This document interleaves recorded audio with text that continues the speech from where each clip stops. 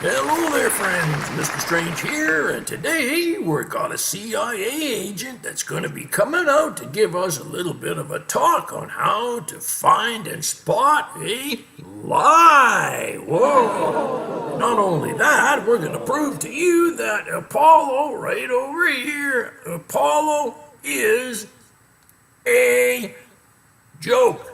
Now, you got that all right there now, friends? Apollo is a joke. Oh, yes, it certainly is now, isn't it there, friends? Oh, and we're going to prove it to you, too. And that's the whole reason for this video here today, is we're going to prove to you that Apollo is a joke and that these dudes ended up lying to all of us. He certainly did. And that's a real bad thing now, isn't it there, friends, eh? Yeah, these guys shouldn't be lying to us there. After all our hard-earned tax dollars went up in smoke, NASA just lit the fuse and all went up in smoke. Now, isn't that right there, eh?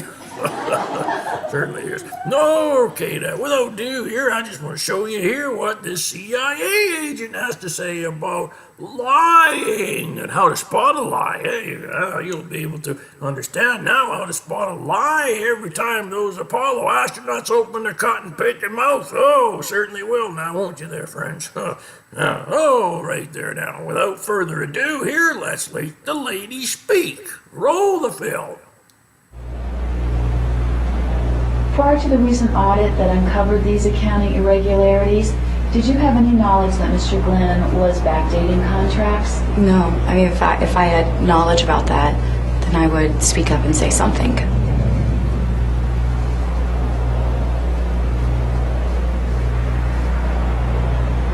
Is there any reason that a forensic computer review would uncover any communication with Mr. Glenn regarding this matter? No, of course, I don't have any communication with him regarding this at all.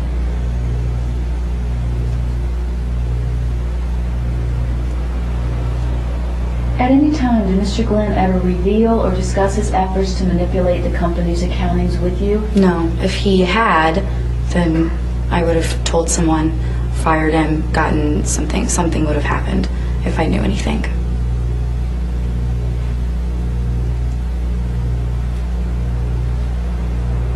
Jamie, why should we believe that you're not involved in this matter? I've always had a very good reputation with the company. I have no enemies in the company. No one, I've always done my best, and I believe that I have a very good reputation with that. And people trust me, and I would never do something like that, especially for something that I've worked so hard at.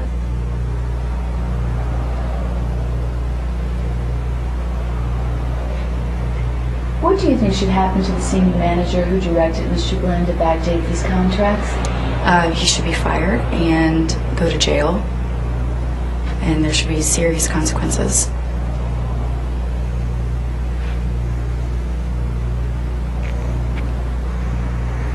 Would you be willing to certify in writing that you had nothing to do with these accounting irregularities?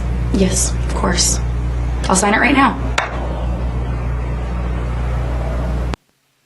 Okay, so this was a situation where there's an investigation going on in a company because the accountant had been cooking the books. And when we went in to do the investigation, we asked him why he was cooking the books. They were getting ready to go into sell the company. They were looking to raise the value of the company. But he said he did it specifically because he was told to. We asked him who told him, and he didn't want to tell us. So we investigated, we interviewed a whole bunch of people, Jamie being one of them. Now, I heard a couple of people say she was lying right off the top, right? And maybe she was and maybe she wasn't. But as that interview went on, were there times when you caught yourself going, no, I think she's being truthful? And other times when you said, nah, that's a lie, right? How do we know whether she's being truthful or not? What are we looking for in there? Let me ask you this question. Even if Jamie was being truthful, did she have a reason to be nervous? Absolutely, right? So how do we know whether her nervousness or whether her behavior is a result of nervousness or whether it's a result of not being truthful? How do we know that? That's what we want to learn, right? Forget about looking for truthful behavior because you will see it on some questions. Forget about looking at truthful behavior, then that cuts your job half and half. Right? Now you're getting a drink of water out of a garden hose as opposed to out of a fire hose. All right, it makes things a lot easier. But truthful people, or deceptive people who give you truthful answers, make it look like they're good folks. They're cooperative folks. They're going to give you everything that you need to get.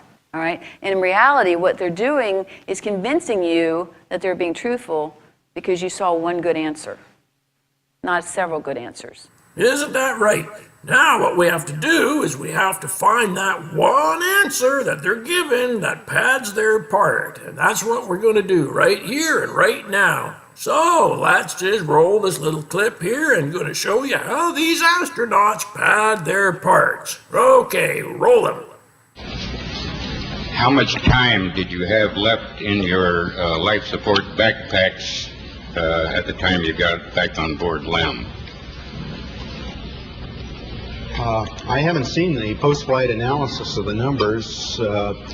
We had roughly half of our available oxygen supply remaining in the backpacks, and somewhat less percentage in the water supplies, which is used for cooling. So now we see how Neil Armstrong's padding his part, aren't we there? You see, now that reporter just asked him how much oxygen was left in his little backpack there, right? Well, what's Armstrong say?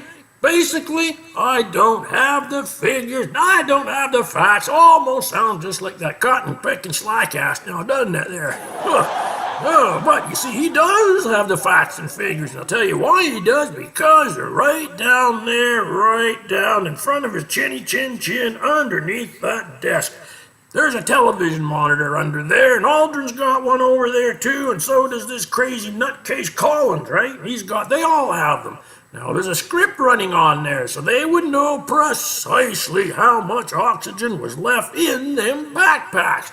But no, we don't see that now, do we, friends, right? So Armstrong runs off, and he's starting to pad his part just like that woman from the CIA just said. Not only that, did you notice how the woman said that, all those guilty people, they just love to fidget with their hands just like this crazy dude here over here is doing there, that Aldrin. And not only that, but he's cracking his hands in and out of his coat pocket there, can't sit still like he's got the St. Vitus dance.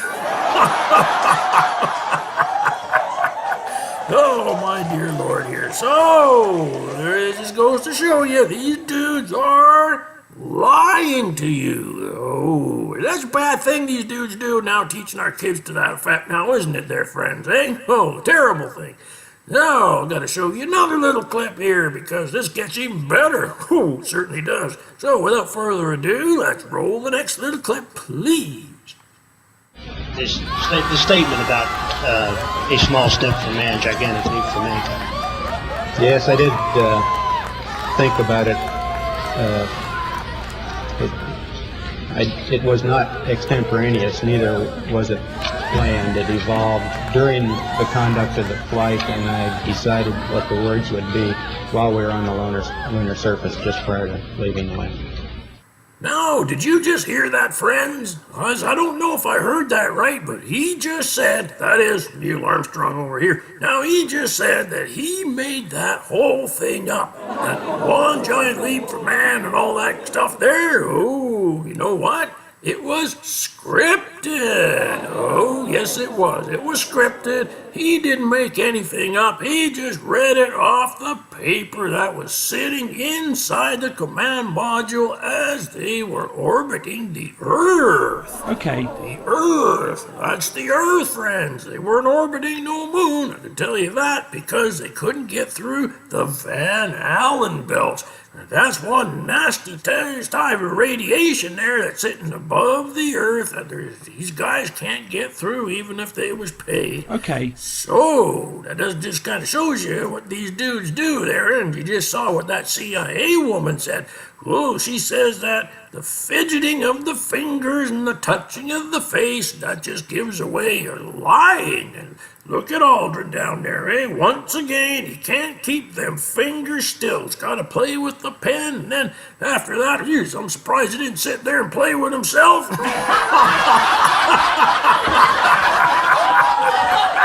Oh, that's probably what was happening under the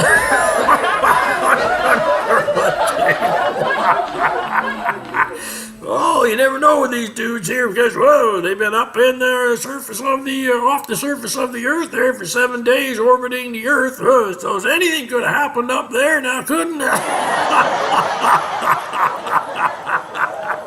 Oh, my dear Lord. Oh, this is terrible, terrible, terrible thing these dudes are teaching our kids. Bad. Oh, that's a bad thing there. Oh, one last thing here before we go. Oh, and I just gotta make sure Expat Taffy sees this one, 'cause it's a doozy. Oh, anyways, let's just roll this last little clip, please. Now, it says up here that I want to ignore truthful behavior. Why do you think I want to ignore truthful behavior?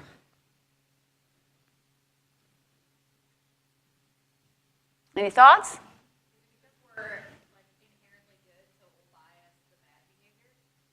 Good, okay, right? We're inherently good. Is everybody inherently good? I mean, she's right. She's absolutely right. You know, look, we were all raised to be good people. Well, at least 90% of us in the room were raised to be good people. Can't speak for everybody, right? But we were taught lying was wrong, right? Didn't your parents tell you lying was not a good thing to do? All right, did your parents ever say to you, look, if you lie, you're going to be in twice as the trouble that you would have been if you had just told me the truth and done something wrong, right? So we know lying is wrong. Yes, indeed, friends, that's what we were told. Lying is wrong. But you gotta try telling that to these crazy 3 dudes over here because it's all they do. Every time they open their big mouths, more lies came out of it. Yes, they did. And that's a real bad thing that these guys are doing here. And you know what? It's the same old story, isn't it there? It's the same thing, just like up on Mars, eh? Whoa, see, now they say that they took that Curiosity, and then the sky crane dropped it down, and the little engines fired up, then the sky crane, it went, and it took off right over there into the Martian atmosphere, and it crashed. Now, you know what that did now? That's called contamination.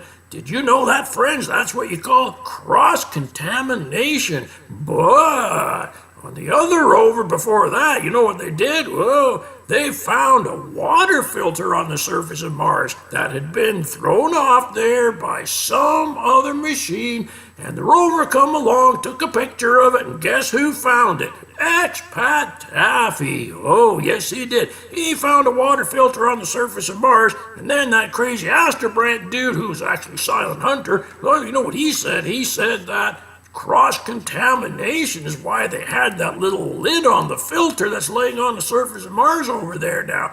So if they were so concerned about the cross-contamination of that water filter sitting on the Martian surface, then why would they go and fly what's left of the sky crane over to another part of Mars to blow up? Oh, that's what I call contamination, isn't it there, friends? You see? So once again, NASA's caught with their pants down. These 3 dudes over here has got to be the biggest liars since 1969. And this woman over here, she caught them red-handed right down there because, you see, Armstrong's brother said that he wrote that little sky thingy there on the piece of paper, which said the 1 small step for man and all that jazz there, and Armstrong read it on that piece of paper, and that's exactly what I put up in blue writing.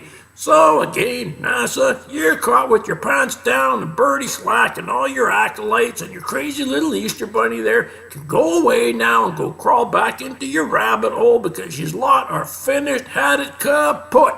They've lied long enough, and now we caught them once again. So that's my spiel for today, Mr. Strange out.